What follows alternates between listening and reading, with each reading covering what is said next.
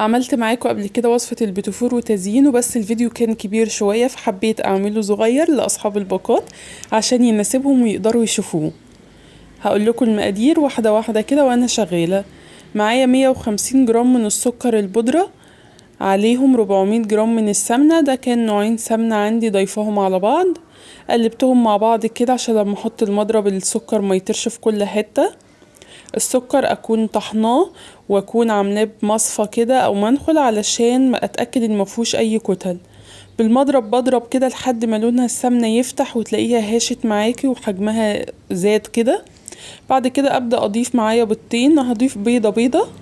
بعمل البيضه كده بره وبعد كده بضيفها عشان لو بايظه لا قدر الله ما تبوظليش الخليط كله. البيضة التانية برضو ضفتها ومعلقة صغيرة من الفانيليا السايلة. خليكي استخدمي السايلة مش الفانيليا البودر عشان بتكون نكهتها اقوى.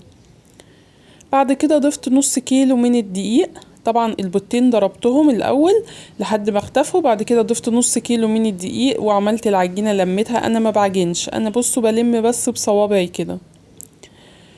يعني النص كيلو دقيق عليه 400 جرام سمنة عليه 150 جرام من السكر والبودرة وبيضتين ومعلقة فانيليا. بعد كده بقى هبدأ أشكل. الفرن طبعا لازم أدخل على فرن سخن جدا وعلى الشبكة درجة حرارة 180، وبكون جنبه كده علشان هو بيستوي بسرعة ما بياخدش أي وقت. بصوا بقى لما طلعته ده اللون اللي انا عايزاه بالظبط، من تحت ذهبي كده وبيكون من فوق فاتح، وطبعا مفيش شواية بتتفتح لبوتيفور.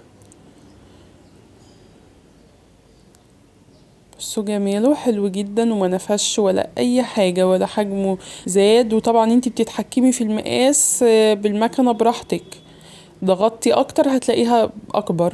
انا بحب المقاس يكون وسط كده. بعد كده جزء من العجينة ضفت عليه كاكاو اسباني. الكاكاو الاسباني حلو جدا بيديكي طعم الشوكولاتة كده، وعملت بيه برضو.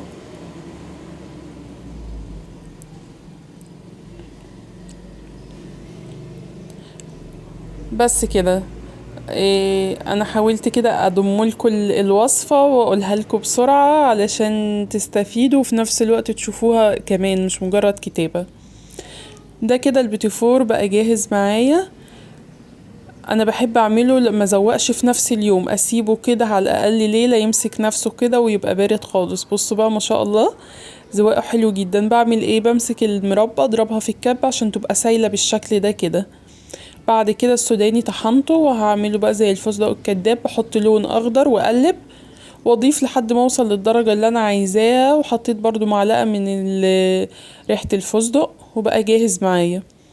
انا بلزق البوتيفور كله معايا في الاول يعني عشان يبقى جاهز وابدأ ازين على طول، ما باخدش وقت. الجو لسه برضو برد شوية فالشوكولاتة بتجمد بسرعة، لكن لما لزقته كده كله خلاص بقى سهل معايا بقى خلاص. وبحط كده في صينية عشا كبيرة زي ما انتوا شايفين، وابعد كده كل واحدة عن التانية علشان تلزق ما تلزقش في بعض ويتبهدلوا وينشفوا خالص. وطبعا مش بعبيه قبل ما بنشفه تماما. اخدت معلقتين من الشوكولاتة البيضة ضفت عليهم نقطتين من اللون الاخضر وعملت بيهم زي ما انتوا شايفين كده، ادت برضو شكل لطيف وحلو. عملت بقى اللي بالشوكولاتة البيضة واللي بالشوكولاتة الكاكاو، والنجمة بقيت اعملها كده من فوق بالكاكاو بالشوكولاتة البني وانزل عليها بخطوط بالشوكولاتة البيضة. طبعا انا هسيب لكم في صندوق الوصف لينكات الوصفتين عشان لو عايزين تشوفوها بالتفصيل وبالراحة من غير ما الفيديو يكون سريع وتسمعوا الشرح اوفى واحسن. انا بس حبيت اضمه كده سريعا في فيديو صغير 4 دقايق ونص. يا رب يكون عجبكم. باي باي.